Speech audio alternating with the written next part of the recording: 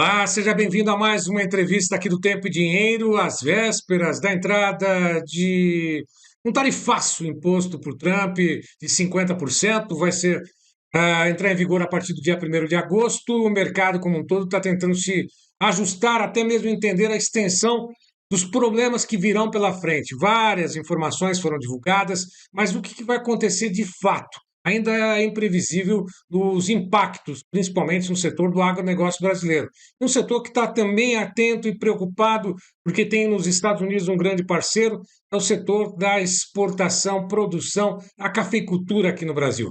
Nós vamos até Santos conversar com Eduardo Carvalhais, que já está conosco, para saber um pouquinho como é que está a sensação do mercado em relação à entrada em vigor do tarifaço de Trump de 50% nas exportações. Antes de mais nada, obrigado pela tua participação conosco aqui no Tempo e Dinheiro, Carvalhais. Boa tarde, olha, prazer falar com você. Bom, nós temos aí a entrada em vigor do setor do café. Como é que está se comportando o exportador, o mercado, essas cotações que estão aí oscilando bastante ao longo desse mês de julho?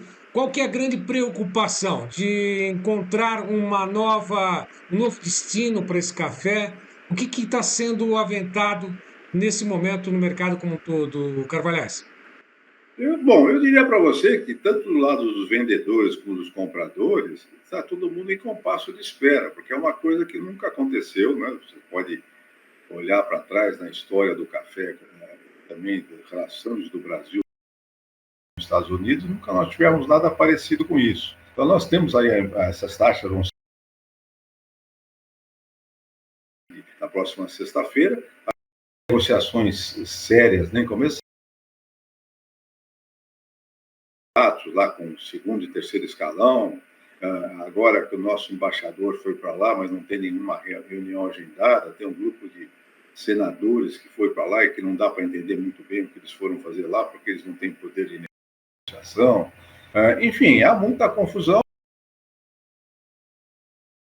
Tem cenários do que vai acontecer. Por exemplo, se essas taxas forem impostas a partir da próxima sexta-feira, não existe aí o ato executivo, como eles falam lá, para dizer como é que vai funcionar. São dos cafés que forem comprados a partir da próxima sexta-feira, ou todos os negócios já fechados. Nós temos negócios fechados com os americanos, clientes tradicionais do Brasil há mais de 100 anos, para os próximos meses, eu diria até para o próximo ano inteiro, tem negócios fechados. Como é que vai funcionar isso? Vai ter imposto em cima disso tudo? E quem paga esse imposto? O comprador que comprou esse café não esperava isso também. Isso vai ser objeto de renegociação desses contratos? Não se sabe. Né? Outra coisa, há um equilíbrio precário, uma palavra que eu sempre falo, entre a produção mundial e o consumo mundial. Não existe café sobrando no mundo. O que sobra de um ano safra para o outro é sempre muito pouco, é residual. Os estoques nas bolsas lá fora refletem isso também, é só um indicativo. Nós estamos, a partir de agora, em agosto, principalmente a partir de setembro, que começa a formação, as compras no hemisfério norte para o inverno do lado de lá, que sempre o consumo é maior. Sabemos que os estoques na mão das torrefações americanas são baixos. Né? Como é que todos esses fatores, como é que todas as variáveis vão se compor? Ninguém sabe. Outra coisa, o Brasil tem uma tradição de exportação de café, tanto para a Colômbia como para o último ano também para o Vietnã, quando eles não conseguem atender todos os compromissos de virem comprar café do Brasil, que é o maior produtor mundial de arábica e é o segundo maior produtor mundial de conilon. Essas vendas para eles vão aumentar, e quando nós exportamos para esses países, nós não sabemos o que eles fazem com esse café. Né? Então, e são tantas as dúvidas e variáveis que fica difícil. Imagina-se que os exportadores brasileiros estejam conversando com os clientes deles nos Estados Unidos e tentando ver como é que farão a partir da próxima sexta-feira, tanto para novos negócios, como para concluir os negócios que já foram fechados. Portanto, só há dúvidas e nós temos que esperar. O mercado físico anda devagar, houve-se reclamação toda semana da dificuldade dos compradores em comprarem café nos preços que eles querem pagar, baseados em Nova York, no deságio da venda deles, no valor do dólar, e eles conseguem poucos produtores dispostos a vender nesses preços. O negócio sai. No Brasil, Eu sempre falo que não há um dia que não saia negócio de café, também com a nossa produção, nosso consumo interno e as nossas exportações. Mas os volumes são pequenos perto do tamanho desse mercado, tanto no consumo interno como na exportação, né? Então, eu sinto o mercado em compasso de espera. Por outro lado, o produtor me parece bastante assustado. Ele está beneficiando a safra que está colhendo, a safra se aproxima a colheita do final. Se você pegar nível de Brasil, já passou dos 70% o patamar da colheita brasileira, e você ouve sempre relatos de quebra no benefício desse café. Qual vai ser? Varia muito de uma região para outra. Nós temos que esperar para ver como é que vai ser essa quebra. Você nota que o produtor, em vista de tudo isso que nós estamos conversando, ele põe um pé para trás. Os negócios que estão acontecendo é de alguém que está precisando de caixa imediatamente para fazer pagamentos dos custos de colheita, que sempre são altos, né? Para ficar com um pouco de caixa. Mas como os produtores venderam toda a safra passada, o que sobrou na mão dos produtores, como estoque de passagem da safra 2024 para a safra 2025 é muito pouco, eles parecem também, uma boa parte deles, que estão capitalizados, que têm fôlego para esperar antes de vender algum café. Bom, junta com o clima. Tivemos nesse último fim de semana diversas cafezais, diversas áreas produtivas de café do sul de Minas que foram atingidas por chuvas de granito, por granizo.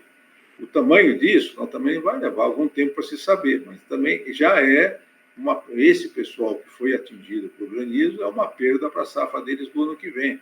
Eles já vão botar isso na conta deles, esses produtores, quando pensarem em vender o que colheram esse ano. Portanto, nós temos que aguardar sexta-feira, ver o que vai acontecer na realidade. Ninguém sabe, se nota um aumento de pessimismo a partir desse último fim de semana dos negociadores. Hoje ainda foi a tal caravana aí de senadores lá para os Estados Unidos. Eles se mostram assim que querem ir lá conversar para ver o que está acontecendo, mas a cada dia que passa fica mais claro que a taxa vai ser imposta para depois ser negociada.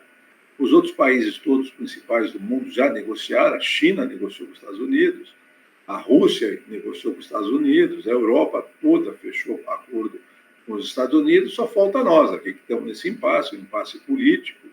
Há interesses do atual presidente de ver se sobe nas pesquisas com esse impasse que está havendo. Do outro lado, você sente todos os exportadores brasileiros, seja de café, seja de qualquer outro produto agrícola ou de produtos industriais, muito aflitos com tudo que está acontecendo, porque eles têm contas a pagar, principalmente a parte de indústria. Não é fácil se deslocar essa produção desses mercados americanos que foram abertos e ampliados ao longo de dezenas de anos, né? Você não muda isso tudo de um dia para a noite. Então, é isso. São dúvidas em cima de dúvidas e não dá para saber o que vai acontecer. E dentro dessa questão toda, dessas dúvidas todas, Carvalhais, há outros países que podem suprir a necessidade do café, por exemplo, do Brasil, as exportações de café que iriam do Brasil para os Estados Unidos, num processo aí de triangulação, por exemplo, o Vietnã pode fornecer uma parte. Parece que Trump, inclusive, reduziu ou pediu qualquer tipo de tarifaço para eles também. Ou houve as negociações, enfim, fala-se do Vietnã. Agora, fala-se em outros países, por exemplo, por exemplo, Colômbia pode vir a suprir a necessidade do café dos Estados Unidos, importando o café aqui do Brasil e reexportando para os Estados Unidos. Isso é uma possibilidade também? Bom, isso pode acontecer, como eu disse, é uma situação inédita que nós estamos enfrentando, fica difícil saber o caminho que cada um vai procurar. Existem grandes traders que trabalham com compra de café no mundo todo. Se vai se levar café para a Colômbia, para de lá sair alguma coisa para os Estados Unidos, a Colômbia compra café do Brasil para conseguir atender todos os clientes dela, como ela teve problemas nos últimos anos de produção. O Vietnã importou café no Brasil o ano passado. Ele importou para usar no mercado interno dele, para sobrar mais café para exportar. Não dá para saber. Outra coisa, se o Vietnã aumentasse as exportações dele para os Estados Unidos, ou se a Colômbia aumentasse as exportações, vão deixar de atender outros compradores tradicionais deles, né? Se eles fizerem isso, esse pessoal vai ter que vir comprar café em algum lugar. Pode ser que seja um novo espaço para o café brasileiro. Mas isso é tudo coisa que não acontece do dia para a noite, né? Você tem que lembrar que como o mercado de café é um mercado, como eu sempre falo, mais que centenário, né? Nós aqui no Brasil vamos comemorar em 27, 300 anos a chegada das primeiras mudas de café ao Brasil. Esses canais são canais consolidados, construídos e aumentados, consolidados ao longo de dezenas de anos, tanto no Brasil, para os Estados Unidos, como para outras partes do mundo, como também dos colombianos, os clientes que eles têm, o Vietnã. E não é fácil essa dança das cadeiras aí, né? Nós vamos ter que ver no dia a dia como vai ser resolvido isso. A gente imagina que, como eu disse há pouco, que os exportadores brasileiros já estejam conversando com os compradores deles tradicionais nos Estados Unidos, tentando acertar essa situação, porque, como eles têm contratos que foram assinados no primeiro semestre todo, para entrega durante todo esse ano safra, pelo menos para esse semestre que começou agora em julho, o primeiro semestre do ano safra. Como é que ficam esses contratos, né? Existem cobertura na bolsa desses contratos. Como é que vai ficar tudo isso? Quem é que paga esse novo imposto? No fundo, sempre acaba caindo no bolso do consumidor. E lá é o que vai acontecer também, né? O café já está caro lá. Quando o consumidor perceber que com esse tarifaço aí, quem está pagando essa conta é ele lá nos Estados Unidos, qual vai ser a reação dele? Sabe? Nós podemos passar a tarde aqui levantando hipóteses. A verdade, como eu disse, é uma coisa inédita, você não tem um exemplo do passado, né? Com essa comunicação em rede agora, com tudo muito rápido, não se sabe exatamente o estoque que cada torrefação tem nos Estados Unidos, né? Então, nós temos que deixar acontecer. Agora, devem estar tendo conversações, sim, na iniciativa privada. Ficou claro que lá os importadores americanos do café brasileiro têm conversado com seus congressistas nos Estados Unidos, existe uma comissão de deputados permanente nos Estados Unidos que trabalha com os negócios de café, eles estão conversando com os negociadores americanos, mostrando que para o americano não é bom essa taxação. Então, enfim, essa taxação no tempo do café brasileiro, é um jogo de perde e perde. Perdemos nós aqui e perdem eles lá, né? Não é uma coisa lógica, é uma coisa baseada muito em uma visão política, com dois presidentes que são populistas. Fica difícil, não dá para nós agirmos racionalmente, porque se fosse uma coisa racional, essa taxação não existiria no café. Portanto, temos que aguardar. É exatamente nesse sentido. Do anúncio para cá, quando se levantou a possibilidade dessa taxação, houve uma correria, né? Os importadores tentaram antecipar, lógico, as importações não funcionam bem dessa forma, né? Mas houve uma busca maior, os importadores tentaram antecipar esses embarques, né? Porque há uma dúvida se chegando lá vai ser aceito ou se aquele que está a caminho vai ser taxado, uma grande confusão ainda não esclarecida nesse sentido. Mas houve uma procura maior das importações dos embarques, tentando antecipar essa taxação ou não? Olha, sempre há uma tentativa. Os exportadores que puderam tentaram antecipar embarques de café que já estavam vendidos para que chegasse antes dessa sexta-feira lá, né? Mas lembrando que o Brasil é o maior produtor e o maior exportador dos Estados Unidos, são grandes volumes, né? São outros negócios estavam marcados, vão ser embarcados em agosto, nas próximas semanas, em setembro também. Então, fica difícil saber como foi o acordo, nesse caso, lado a lado, o exportador aqui com o comprador, com o cliente dele lá nos Estados Unidos. Portanto, tem vários eventos que nós não temos condições de saber como é que estão sendo conduzidos. Também na parte de negociação, é uma coisa incrível, que há 5 dias da entrada da taxa, você não teve um contato formal entre o negociador brasileiro e um negociador de primeiro escalão nos Estados Unidos. Isso impressiona mal também. O nosso presidente aqui ainda hoje voltou a fazer cargas sobre o presidente americano. Não é hora de fazer carga, é hora de negociar. Mais uma vez, a China, que é o grande adversário americano, negociou. A Rússia negociou com os americanos. A União Europeia toda negociou com os americanos. Nosso concorrente no café, o Vietnã, negociou com eles, né? Por que nós não podemos negociar também, né? Temos que arrumar um caminho para negociar, para ver o que vai acontecer. Mas, como não há realmente, pelo menos, informações sérias dessas negociações, nós temos que aguardar. Eu não vejo outra coisa a fazer. Agora, para poder finalizar contigo, os noticiários ao longo dessa semana, falava exatamente sobre a questão do germoplasma, né? Da liberação do genética, né? Do café aqui no Brasil. Não sei se você tem acompanhado, lógico que está acompanhando, e principalmente esse banco de material genético, né? O germoplasma, né? Do café, do IAC, né? Da fazenda que está aqui no estado de São Paulo, né? Que eventualmente pode ser vendida pelo próprio governo do estado. Isso preocupa também, liberar toda essa pesquisa, tecnologia, todo esse banco, né, de anos de pesquisa aqui no Brasil, do café que hoje é produzido, para que ele seja compartilhado, eventualmente produzido em outros países, como exige lá o protocolo de Nagoya, se não estiver enganado. Qual a sua opinião nesse sentido, hein, Carvalhais? Bom, primeiro eu sou contra, mas isso aí é a nível federal, não tem muito a ver com o governo estadual de São Paulo, não. Esse é um outro problema, um problema aqui de uma possível venda de uma parte da Fazenda Santa Elisa em Campinas, que é a sede do Instituto Agronômico de Campinas, que tem esse banco de germoplasma. Mas a outra coisa é desse caso do governo federal, que eu acho um absurdo. O diferencial, por que nós somos o maior produtor, exportador, o segundo consumidor? Porque nós investimos muito em tecnologia. Nós temos um conhecimento muito grande que não pode ser dado de graça para os concorrentes, não. Eu sou contra, inclusive, também as lideranças da produção de café já se posicionaram contra. O Silas Brasileiro fez uma nota que foi divulgada na última sexta-feira, posicionando claramente os produtores de café contra essas negociações, não tem o menor sentido, e isso é uma coisa que se acumulou por gerações. Não podemos esquecer que o Instituto Agronômico de Campinas foi fundado ainda por Dom Pedro II. Não pode um governo de plantão resolver negociar tudo isso, todo esse conhecimento acumulado, todo um trabalho de gerações e gerações, em troca de alguma vantagem política para eles. Eu sou contra, isso tem que ser muito bem estudado, e não deviam fazer com o café, não. O que nós fazemos hoje, a produção brasileira, que já passa dos 30% do consumo mundial, a qualidade que cresceu enormemente nos últimos 30 anos, isso tudo foi objeto de muito investimento, muita pesquisa.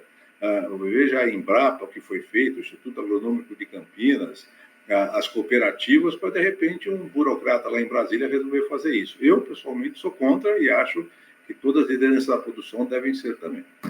É o equivalente a uma quebra de patente, né, tão defendida por outros países em algumas moléculas, medicamentos. A gente está falando de uma bebida tão importante quanto o café é para o mundo, Não, né, não só para o Brasil.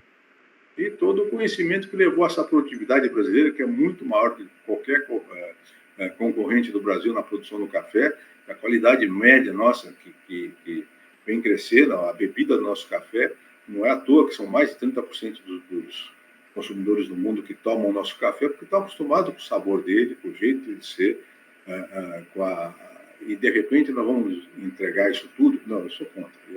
Eu acho que isso teria que ser objeto de longas negociações, muito claras, do mesmo jeito que os americanos não querem, como você disse, que quebra as patentes dos remédios deles, dos chineses, dos deles. Ou seja, cada um defende o seu conhecimento, e nós temos que defender o nosso. E Silas Brasileiro estará participando conosco nesta quarta-feira, portanto, dia 29, na programação do Tempo e Dinheiro, conversando com João Batista Olive sobre essa questão também. Mas eu Eles, agradeço. eles, Pois não. eles se posicionaram claramente através de uma correspondência, e nós colocamos até no nosso site lá, se posicionando o Conselho Nacional do Café contra isso. E tem que ser mesmo, sabe? Isso não pode ser assim. Isso aí é conhecimento acumulado de gerações. É uma tradição do Brasil, nós somos conhecidos no mundo pelo nosso café, é uma das imagens que o Brasil tem do mundo, é pela produção desse café, e não pode sair assim no meio de um acordo feito, de repente, ou decisão de uma única administração. Eduardo Carvalhais, mais uma vez, muito obrigado. Estou vendo que está de blusa aí, né? Chega a ser uma blusa, né? Mais um casaco aí, né? Uma blusa leve, né? Porque Santos, ao que tudo indica, está ventando também, esfriou bastante. Chegou a chover, não? Não, choveu um pouco logo cedo. E hoje não está. Para Santos até que esquentou em relação a ontem de ontem. Isso parece pesada, mas é de algodão isso aqui. Eu vim para cá de manhã, estou aqui dentro, e aí, quando esquenta, você tem até o ar-condicionado, eu continuei com ele. Mas hoje está quente em relação a ontem e anteontem, mas está previsto que amanhã volte a esfriar. Certo. Eduardo Carvalhais, mais uma vez, obrigado pela tua participação. Um abraço, até a próxima. Até a próxima. Obrigado.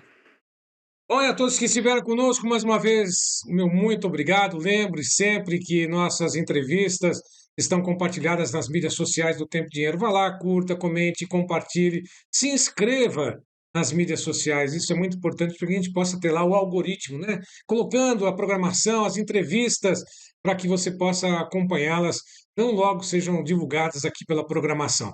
A todos que estiveram conosco, meu muito obrigado e até uma próxima.